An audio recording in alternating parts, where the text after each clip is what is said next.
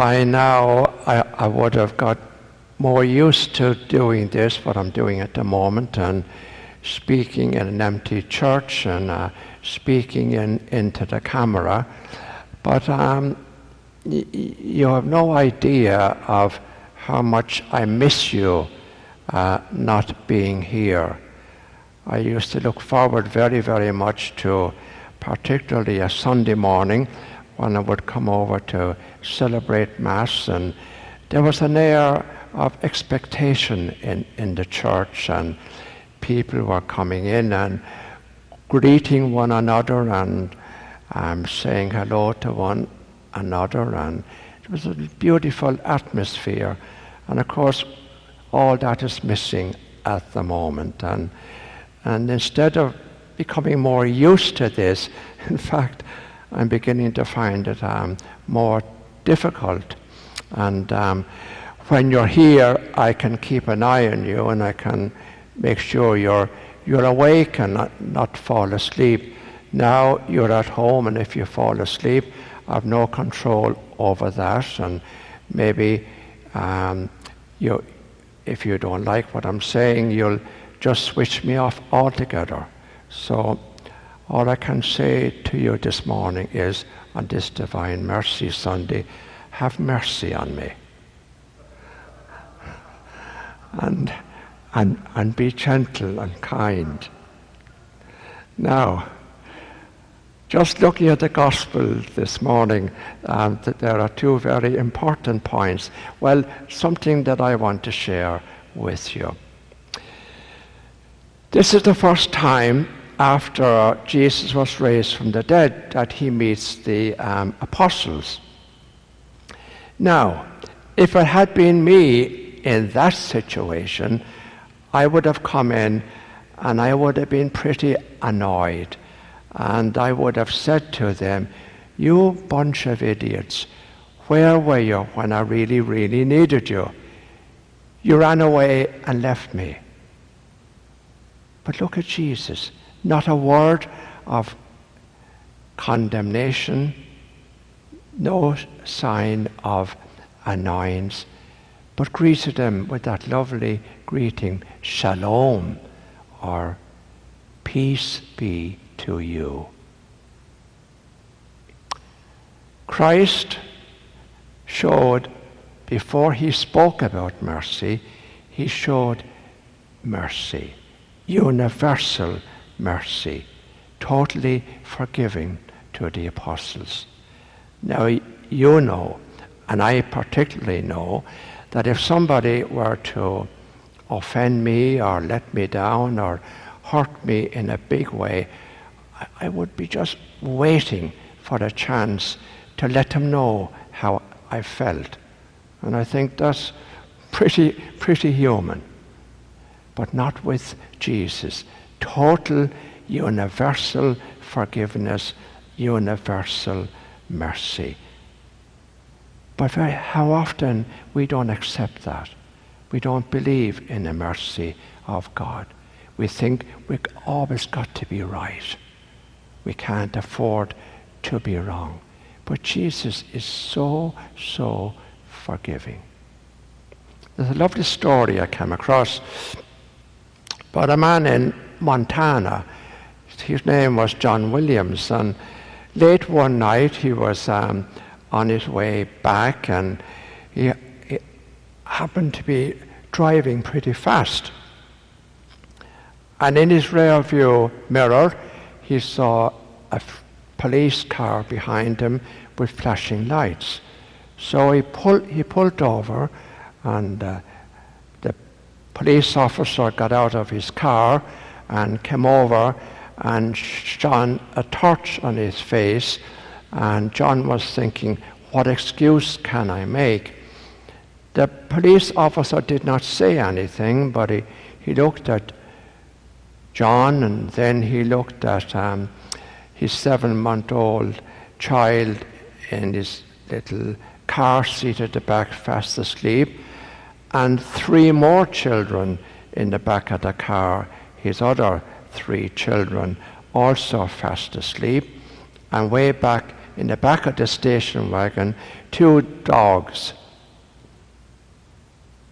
And he came back again and shone the light on John's face and said to him, "Son, you can't afford to have a ticket. Go home safe and drive a bit slower." Sometimes mercy overcomes law. And that's the lovely way of looking at Jesus. I think in the past we have been too law-focused. Let's be aware more of the mercy of God and never be afraid to come and seek that mercy and that forgiveness. Now there's another beautiful point in the gospel this morning. And it is this, that very often our picture is of Jesus and the resurrection is that it's all about Jesus. And we never see how it's about us too. So how do I explain that, or where did I get that idea from? Well, in the gospel this morning, Jesus comes in, "Peace be with you," and then he showed them his wounds. And when Thomas had doubts about his faith in Jesus and who he really was, Jesus said, "Come and see my wounds." So Jesus was wounded and resurrected.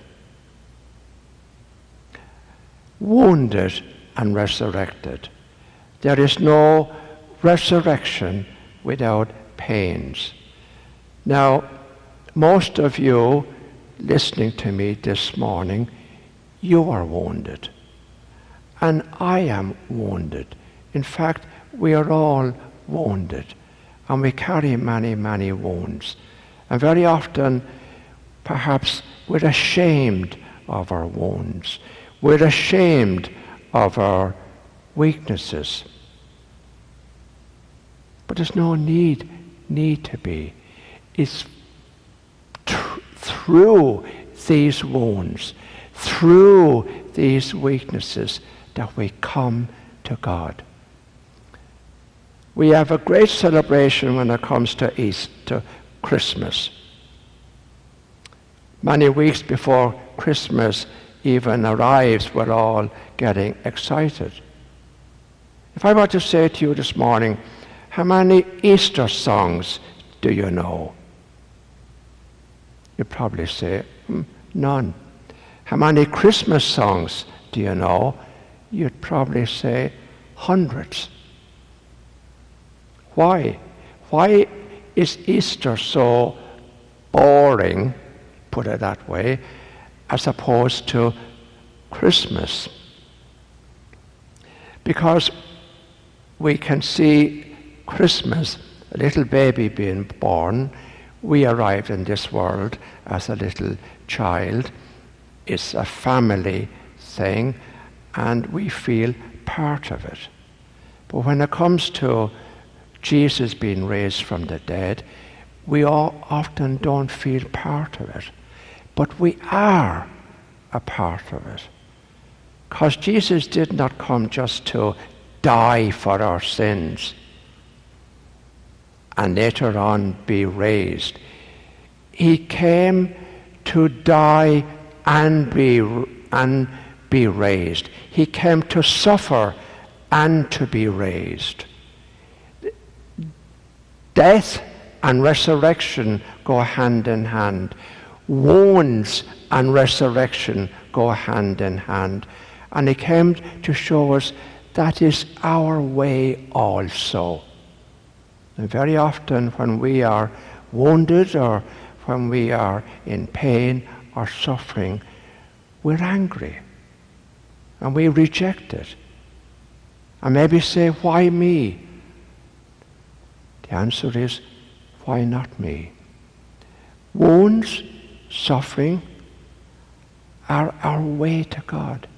Did not Jesus say, I am the way, the truth, and alive. He who wants to follow me and be my faithful follower has got to come after me, take up his cross, bear our sufferings patiently for love. For love. Isn't that the ultimate reason? Isn't that the ultimate reason?